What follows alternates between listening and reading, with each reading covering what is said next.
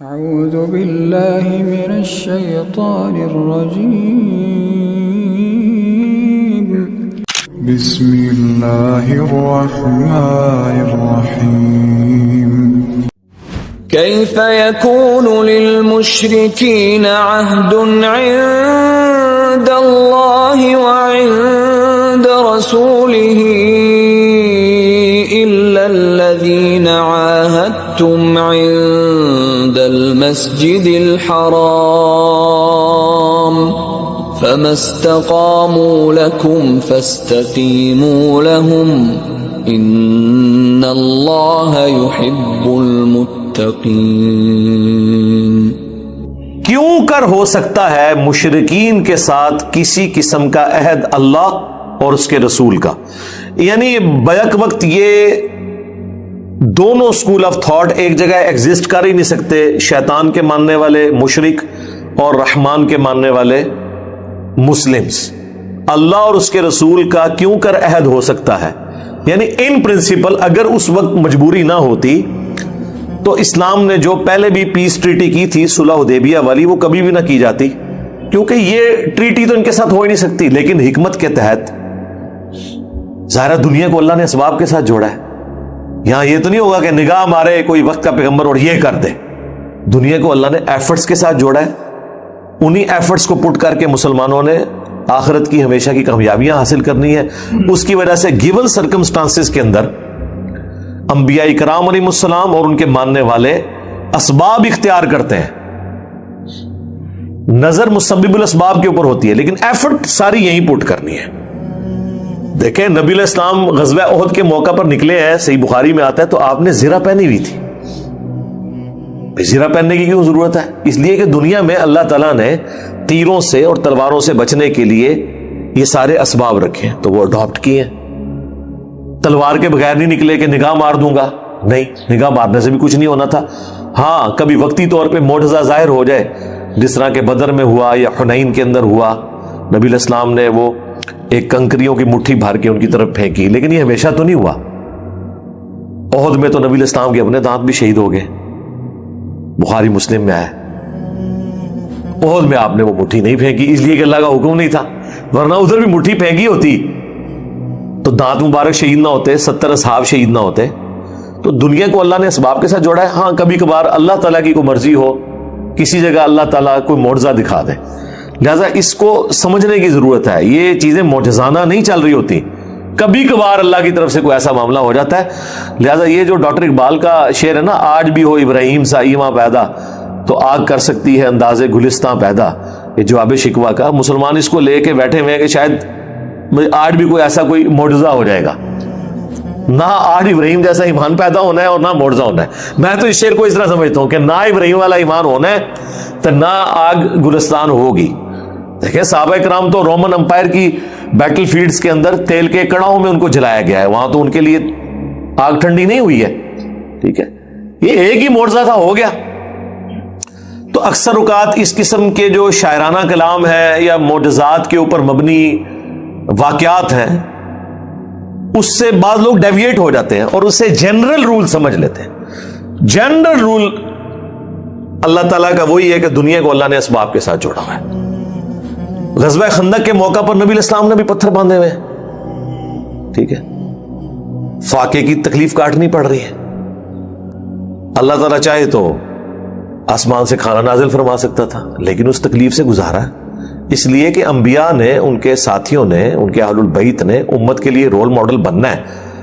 وہ پوری زندگی معجزات میں زندگی گزارتے رہے، بعد والے مشقتیں اٹھاتے رہے، تو بعد والے تو پوچھیں گے نا سرکار کہ بھی آپ ہمارے آئیڈیل کیسے ہیں، ہم تو ان تکلیفوں سے گزر رہے ہیں. لیکن آج کسی کی جرت ہے، کوئی مسلمان یا ایون کوئی کافر بھی یہ تانا دے سکے ہمیں کہ تمہارا نبی تو نعوذ باللہ عیاشی کی زندگی گزار کے گیا اور تمہیں جو ہے وہ یہ کہہ کے گیا کہ صبر کرو. بھئی ہمارے پیغمبر نے ہر موقع پہ صبر دکھایا ہے. 2 بیٹیوں کو ایک دن میں طلاق ہوئی ہے. 3 جوان شادی شدہ بیٹیاں اپنی زندگی میں فوت ہوئیں، ان کو دفنایا. 3 بیٹے بچپن میں فوت ہوئے، ان کو دفنایا. 1 بچی بچی، اس کے بارے میں بھی بتا دیا گیا آپ کی وفات کے بعد سب سے پہلے یہ آپ کو آگے ملے گی، 6 مہینے بعد وہ بھی فوت ہو گئی. اولاد ہی سب سے بڑا غم ہوتا ہے نا انسان کی زندگی کا. تو نبی علیہ السلام نے جتنے بھی غم تھے وہ دنیا میں اٹھائے ہیں. نواسوں کے بارے میں بتا دیا گیا یہ ہوگا ان کے ساتھ. تو رسول اللہ کی زندگی تو غموں سے عبارت ہے.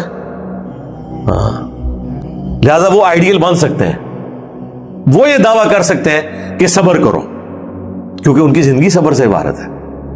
جس بندے کی زندگی پوری کی پوری عیاشی میں گزر رہی ہو, وہ کس طریقے سے لوگوں کو مشورہ دے سکتا ہے کہ صبر کرو, اللہ کی مدد تمہارے ساتھ آئے گی؟ جو اس تکلیف سے گزر رہا ہوگا نا, ہاں وہ کہہ سکتا ہے, کیونکہ وہ پریکٹیکلی رول ماڈل بنا ہوا ہے. تو بات کہاں سے شروع ہوئی تھی؟ اللہ تعالیٰ فرما رہا ہے ان پرنسپل یہ تو ہو ہی نہیں سکتا کہ مشرکین کے ساتھ اللہ اور اس کے رسول کا کوئی عہد ہو, ہاں سوائے ان کے جن کے ساتھ تمہارا مسجد حرام میں کوئی عہد ہوا تھا بیت اللہ شریف کے پاس, وہی صلح حدیبیہ کی طرف اشارہ ہے. تو جب تک وہ قائم رہے اس معاہدے کے اوپر, تم نے بھی معاہدے کے اوپر قائم رہنا ہے, یعنی خود سے معاہدہ نہیں توڑنا. صلح حدیبیہ کا تو معاہدہ ٹوٹ گیا تھا, اس کو رینیو نہیں کیا. اور پہلے ہم سن چکے ہیں کہ اگر کوئی معاہدہ اس کی مدت ختم ہو گیا تو اب نیا معاہدہ نہیں کرنا, کیونکہ اب اسلام کو غلبہ مل گیا.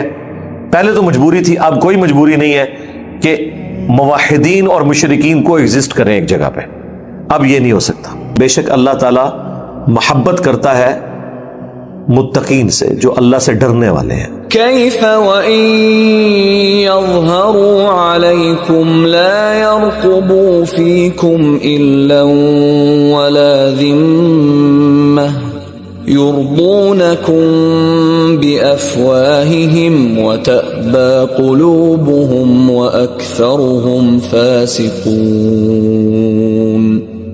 ان کافروں کا, مشرکین کا مسلمان کیوں لحاظ رکھیں کہ اگر وہ مسلمانوں پر غالب آ جائے, یعنی تم پر اے مسلمانوں غالب آ جائے. یہ مسلمانوں کو تسلی دی جا رہی ہے کہ تم ان کے ساتھ اگر کہیں دل میں کوئی دوستی کی پینگیں رکھی ہوئی ہیں تو یہ ذہن میں رکھو, ان کو کبھی موقع ملا یہ تمہیں نہیں چھوڑیں گے. اگر یہ تم پر غلبہ پا لیں تو تمہارے بارے میں نہ کسی رشتہ داری کا خیال رکھیں گے نہ کسی عہد کا. یعنی اگر ذرے سے تم ڈھیلے پڑے, انہوں نے معاہدہ اپنا پورا نہیں کرنا, اور نہ انہوں نے دیکھنا ہے کہ چلو یہ دین بدل لیا اس نے لیکن ہے تو میرا رشتہ دار ہے, نہیں, یہ چڑھ دوڑیں گے تمہارے اوپر. یہ اپنے منہ کی باتوں سے, چکنی چپڑی باتوں سے تمہیں راضی کرنا چاہتے ہیں, لیکن ان کے دل انکاری ہیں اس بات سے. اندر انہوں نے تمہاری دشمنی چھپائی ہوئی ہے اور اوپر سے تمہارے ساتھ دوستی کی پینگیں بڑھا رہی ہیں کہ چلو دین الگ ہے لیکن ہم ہے تو قریش ہیں, ایک جان ہے, ہمارا جینا مرنا اکٹھا ہے. یہ تسلیاں دیں گے لیکن اندر انہوں نے دشمنیاں پالی ہوئی ہیں, اور اکثر ان میں سے فاسق ہیں. اشتروا بآیات اللہ ثمنا قلیلا فصدوا عن سبیلہ انہم ساء ما كانوا يعملون. انہوں نے اللہ کی آیات تھوڑی سی قیمت کے عوض بیچ دی ہیں. اچھا, اللہ کی آیات مشرکین نے کیسے بیچ دی ہیں؟ وہ کوئی پیسے لے کے قرآن پڑھتے تھے؟ نہیں, اللہ کی آیات اس طرح بیچ دی جو سورہ توبہ میں ہی آگے چل کے آئے گا کہ اللہ تعالیٰ نے مومنین کی جانیں اور مال جنت کے بدلے میں خرید لی ہیں, اور مومنوں اس بیعت کے اوپر, اس تجارت کے اوپر خوشیاں مناؤ. یعنی مسلمانوں نے اپنی جان اور مال اللہ کو دی اور آخرت کی جنت کا سودا کر لیا. لیکن مشرکین نے کیا کیا؟ اپنی جان بھی بچائی, اپنا مال بھی بچایا, اور دین ہاتھوں سے دے دیا. وقت کے پیغمبر کی آواز پہ لبیک نہیں کہا, تو گویا انہوں نے اللہ کی آیات کو دنیا کے فائدے کی خاطر بیچ دیا. مسلمانوں نے اپنا آپ بیچ لیا قرآن کو ماننے کے لیے, پیغمبر کو ماننے کے لیے, آخرت کے حصول کے لیے, اور کافروں نے اپنی دنیاوی منفعت کی خاطر دین ہاتھوں سے بیچ دیا. یہ ہے اس کا مطلب. اور انہوں نے اللہ تعالیٰ کے راستے سے لوگوں کو روکا. بے شک وہ بہت برا تھا جو وہ کیا کرتے تھے. لا يرقبون في مؤمن الا ولا ذمة واولئك هم المعتدون. نہیں لحاظ کرتے کسی مومن کے حق میں کسی رشتہ داری کا اور نہ کسی وعدے کا. یہ مشرکین عرب اور یہی لوگ ہیں حد سے بڑھنے والے۔ فَإِن تَابُوا وَأَقَامُوا الصَّلَاةَ وَآتَوُا الزَّكَاةَ فَإِخْوَانُكُمْ فِي الدِّينِ وَنُفَصِّلُ الْآيَاتِ لِقَوْمٍ يَعْلَمُونَ۔ لیکن اگر یہ اب بھی توبہ کر لیں، اور توبہ کافی نہیں، نماز قائم کر لیں اور زکوٰۃ ادا کریں، تو وہ تمہارے بھائی ہیں دین میں، کوئی جونیئر اور سینئر کا ایشو نہیں ہوگا۔ مرتبے میں تو ظاہر ہے وہ رہے گا، لیکن کسی جونیئر کو ٹونٹ نہیں کروائی جا سکتی، بس وہ اب تمہارے اللہ کے نزدیک وہ تمہارے بھائی ہیں، ان کے ساتھ آپ نے اسی طریقے سے بہیو کرنا ہے۔ یہ نہیں ہے کہ پہلی صف میں صحابہ بدر کھڑے ہوں گے نبی اسلام کے پیچھے، اور دوسری صف میں صحابہ احد، اور جو بیچارے اینڈ تھے مسلمان ہونے آخری صف وچ، نہیں، اب ان کا برابر سٹیٹس ہے، آئے گا جو بھی دین میں پرفارم کرے گا وہ آگے نکل جائے گا۔ سیدنا عمر 40ویں نمبر پہ مسلمان ہوئے ہیں، محنت کر کے دوسرے نمبر پہ پہنچ گئے، آئے تو 40ویں نمبر پہ تھے، تو محنت جو کرے گا وہ آگے نکل جائے گا۔ اور ہم اپنی آیات کھول کھول کر بیان کرتے ہیں ان کے لیے جو علم رکھنے والے ہیں، جو علم کے ساتھ شغف رکھتے ہیں۔ وَإِن نَكَثُوا أَيْمَانَهُم مِّن بَعْدِ عَهْدِهِمْ وَطَعَنُوا فِي دِينِكُمْ فَقَاتِلُوا أَئِمَّةَ الْكُفْرِ إِنَّهُمْ لَا أَيْمَانَ لَهُمْ لَعَلَّهُمْ يَنْتَهُونَ۔ اور اگر یہ لوگ توڑ دیں اپنی قسمیں اب معاہدہ کرنے کے بعد اور تمہارے دین میں تان کریں، تو پھر جو یہ کفر کے امام ہیں ان سے جنگیں کرنی ہیں۔ امام ہی اصل میں جو بڑے لیڈرز ہوتے ہیں نا، وہی قوم کو ورگلاتے ہیں نا۔ ہو سکتا ہے ابھی بھی مسلمانوں کے ساتھ کوئی عہد وہ توڑ دیں مستقبل میں بھی، جو آلریڈی تم اس عہد کی پاسداری کیے ہوئے ہو جب تک کہ اس کی مدت پوری نہ ہو جائے۔ اگر وہ عہد توڑیں تو پھر ان کی ایسی کی تیسی پھیرنی ہے، اور ان کے بڑوں کو یعنی بزرگوں کو پکڑنا ہے۔ یہ ائمۃ الکفر یعنی ان کے جو لیڈر ہیں، بزرگان بے دین کہہ لیں، ان کی پھینٹی لگانی ہے۔ وہ اصل میں ورگلا رہے ہیں اپنی عوام کو۔ ان لوگوں کی کوئی قسمیں نہیں ہیں، ایسے لوگوں سے جنگ کرنی ہے تاکہ یہ لوگ عہد شکنی سے باز آ جائیں۔ أَلَا تُقَاتِلُونَ قَوْمًا نَكَثُوا أَيْمَانَهُمْ وَهَمُّوا بِإِخْرَاجِ الرَّسُولِ وَهُمْ بَدَأُوكُمْ أَوَّلَ مَرَّةٍ أَتَخْشَوْنَهُمْ فَاللَّهُ أَحَقُّ أَن تَخْشَوْهُ إِن كُنتُم مُؤْمِنِينَ۔ کیا ایسی قوم سے تم جنگ نہیں کرو گے جنہوں نے اپنے عہد کو توڑ دیا، قسمیں توڑ دی، اور انہوں نے رسول اللہ کو نکالنے کا ارادہ کیا؟ یعنی یہ وہی لوگ ہیں نا جنہوں نے نبی علیہ السلام کو ہجرت مدینہ کے اوپر مجبور کیا تھا۔ 13 سال تو حضور نے ایفرٹ پٹ کی نا، جب مشکل ہوگی زندگی پھر آپ مدینہ شریف آئے اور وہاں سے دعوت لانچ ہوئی ہے۔ تو اب وہ پرانے واقعات اس لیے یاد کروائے جا رہے ہیں تاکہ جذبہ پیدا کیا جائے کہ یہ خالی تمہارے قبیلے کے لوگ نہیں ہیں، انہی لوگوں نے تمہیں وہاں سے نکالا ہوا ہے۔ ہاں، اگر یہ دوبارہ 2 نمبری کرتے ہیں، ایش شکنی کرتے ہیں، تو اب چھوڑنا نہیں ان کو۔ اور یہی ہیں جنہوں نے پہلی بار زیادتی کا آغاز کیا تھا۔ ظاہر پہلی زیادتی تو انہوں نے کی تھی نا، ہجرت حبشہ مسلمانوں کو کرنی پڑی، اس کے بعد ہجرت مدینہ کرنی پڑی۔ زیادتی کس کی طرف سے ہوئی تھی؟ قریش کی طرف سے۔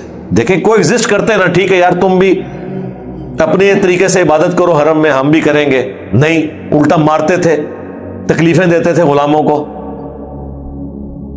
تپتی ریت کے اوپر لٹاتے تھے، کوئلوں کے اوپر لٹاتے تھے، آزادانہ نماز پڑھنے کی مسلمانوں کو اجازت نہیں تھی۔ ان ساری باتوں کو یاد کروایا جا رہا ہے۔ کیا تم ڈر رہے ہو؟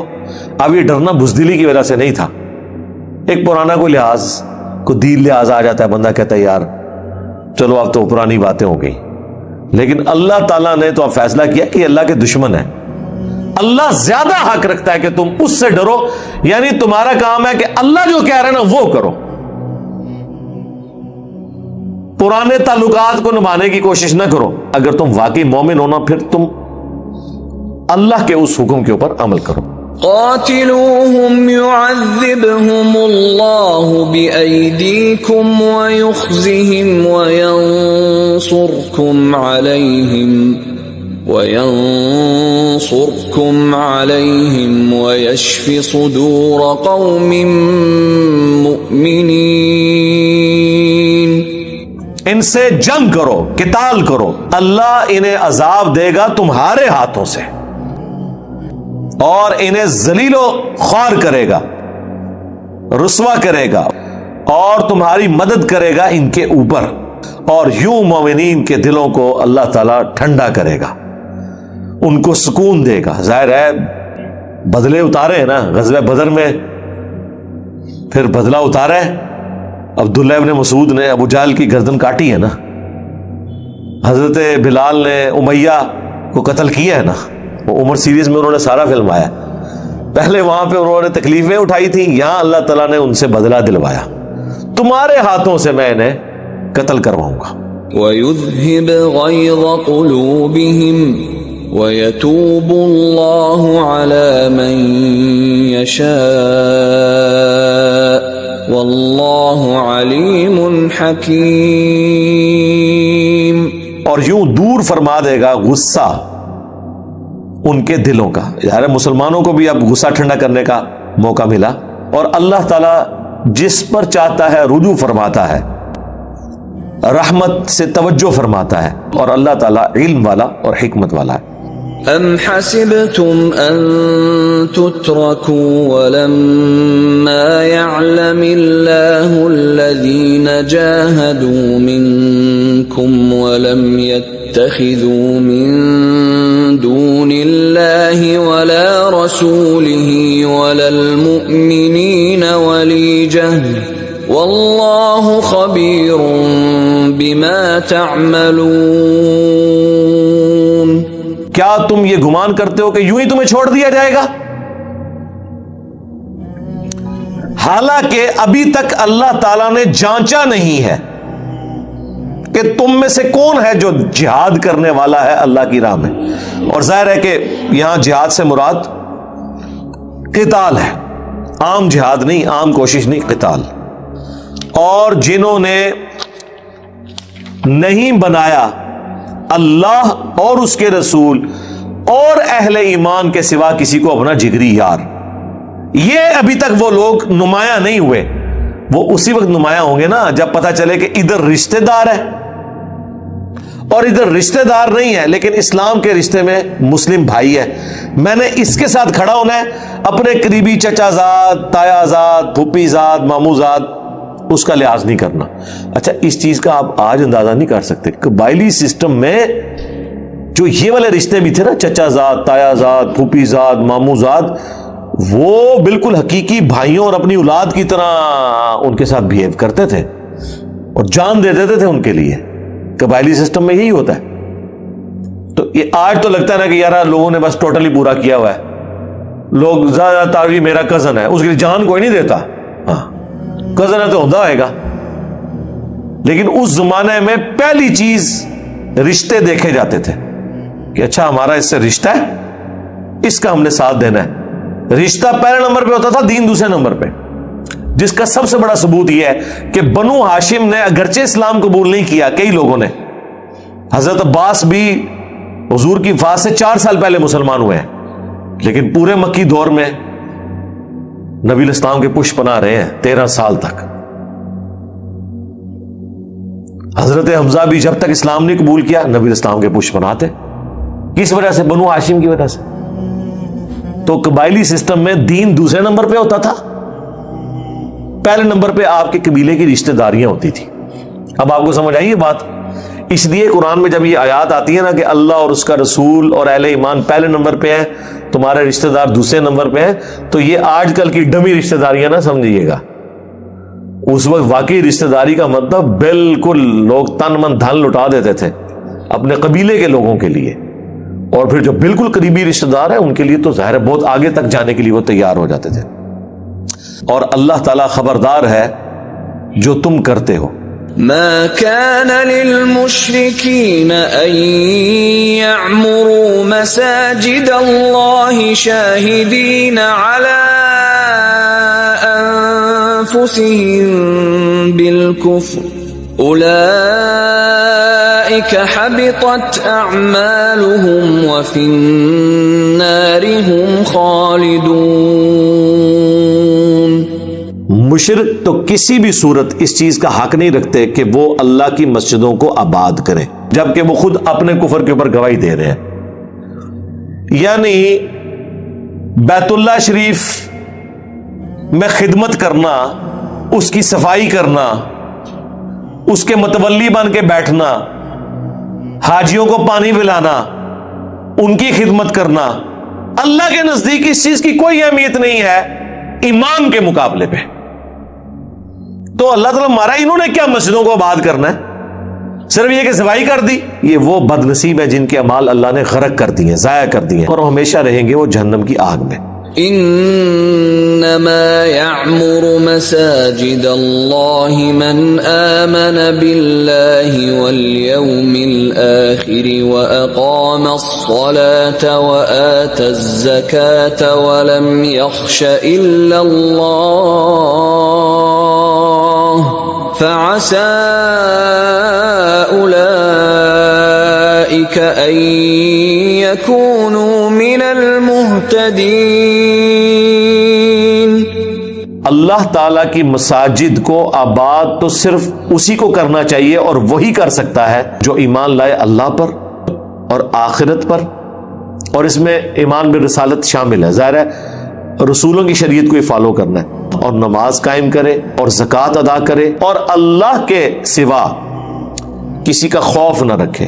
تو ایسے لوگوں کے لیے امید کی جا سکتی ہے کہ عنقریب کہ وہ لوگ ہدایت پانے والوں میں ہو جائیں گے، اور وہی اہل ہے اس بات کے کہ وہ مساجد کو آباد کریں۔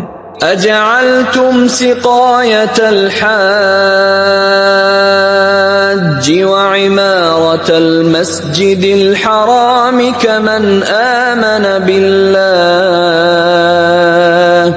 كمن آمن بالله واليوم الآخر وجاهد في سبيل الله لا يستوون عند الله والله لا يهدي القوم الظالمين۔ کیا تم نے حاجیوں کو پانی پلانا اور بیت اللہ کو آباد کرنا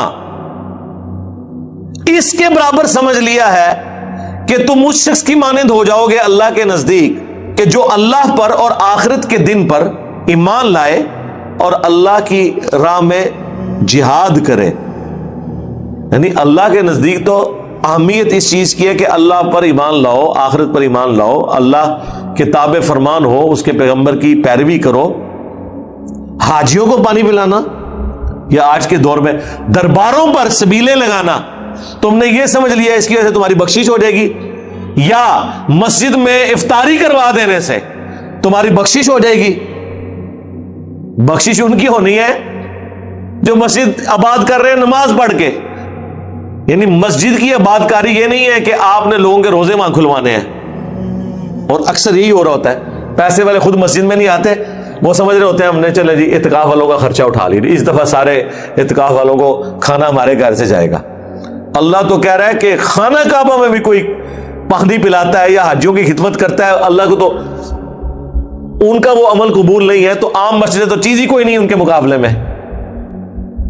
تو کیا تم نے یہ حاجیوں کو پانی پلانا اور مسجد حرام کی خدمت اس برابر سمجھ لی ہے کہ وہ لوگ جو ایمان لائے ہیں اللہ پر، آخرت پر، اور اللہ کی راہ میں جہاد کر رہے ہیں، کوشش کر رہے ہیں دین پہ چلنے کی، اور قتال کر رہے ہیں اس کا اعلیٰ ترین درجہ، یہ کبھی بھی اللہ کے حضور برابر نہیں ہو سکتے، اور اللہ تعالی ہدایت نہیں دیتا ظالموں کو۔ الذين آمنوا وهاجروا وجاهدوا في سبيل الله بأموالهم وأنفسهم أعظم درجة عند الله وأولئك فأولئك هم الفائزون. جو لوگ ایمان لائے اور انہوں نے ہجرت کی اور انہوں نے جہاد کیا اللہ کی راہ میں اپنے مال کے ذریعے اور اپنی جان کے ذریعے، ان کا اللہ کے حضور بہت بڑا درجہ ہے، اور اصل میں یہ لوگ ہیں جو کامیابی کی منزل کے اوپر فائز ہو گئے. يبشرهم ربهم برحمة منه ورضوان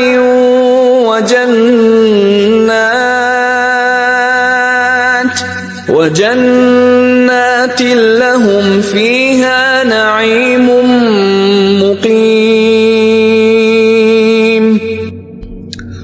خوشخبری دیتا ہے ان کا رب ان کو اپنی رحمت سے اور اپنی طرف سے خوشنودی، اللہ کی رضا اور جنت جس میں وہ ہمیشہ اللہ کی نعمتوں کے ساتھ رہیں گے. خالدین فیہا ابدا ان اللہ عنده اجر عظیم.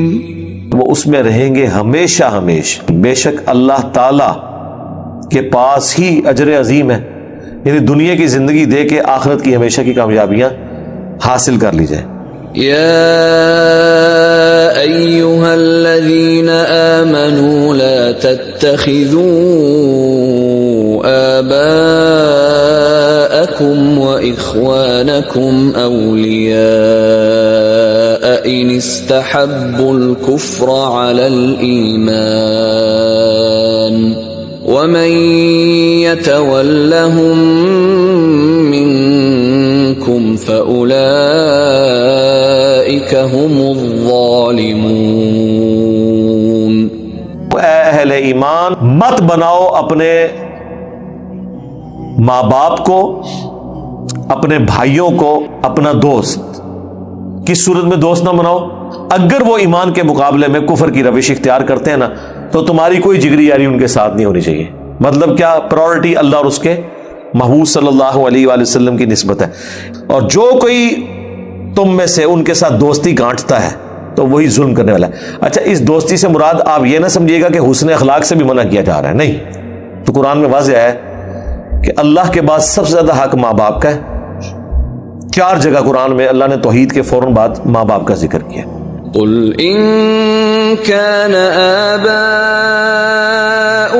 وأبناؤكم وإخوانكم وأزواجكم وعشيرتكم وأموال اقترفتموها وتجارة تخشون كسادها ومساكن ترضونها أحب إليكم من الله ورسوله وجهاد في سبيله فتربصوا حتى يأتي الله بأمره والله لا يهدي القوم الفاسقين. اے نبی ان سے فرما دو کہ اگر تمہارے آباء و اجداد اور تمہاری اولاد، بیٹے اور تمہارے بھائی اور تمہاری بیویاں اور تمہارا کنبہ اور وہ مال جو تم نے کمائے ہیں اور وہ تجارت جس کے ماند پڑنے کا تمہیں ہر وقت اندیشہ لگا رہتا ہے اور وہ مکانات جو تمہیں بڑے پسند ہیں، دنیا کی ہر چیز گنوا دی، چاہے وہ ٹینجیبل ہے چاہے وہ نان ٹینجیبل ہے رشتوں کی فارم میں، اور آپ کی جو پراپرٹی ہر چیز گنوا دی. اگر یہ سب چیزوں کی محبت تمہیں، یہ چیزیں محبوب ہیں اللہ سے بڑھ کر اور اس کے رسول سے بڑھ کر اور اللہ کی راہ میں کوشش کرنے سے بڑھ کر، کوشش فزیکل ایفرٹ بھی ہو سکتی ہے اور قتال بھی، تو انتظار کرو. ڈاکٹر صاحب تو کہتے تھے پھر دفع ہو جاؤ یہاں تک کہ اللہ تعالیٰ کا حکم عذاب آ پہنچے. اللہ تعالیٰ ایسے فاسقوں کو، نافرمانوں کو ہدایت نہیں دیتا.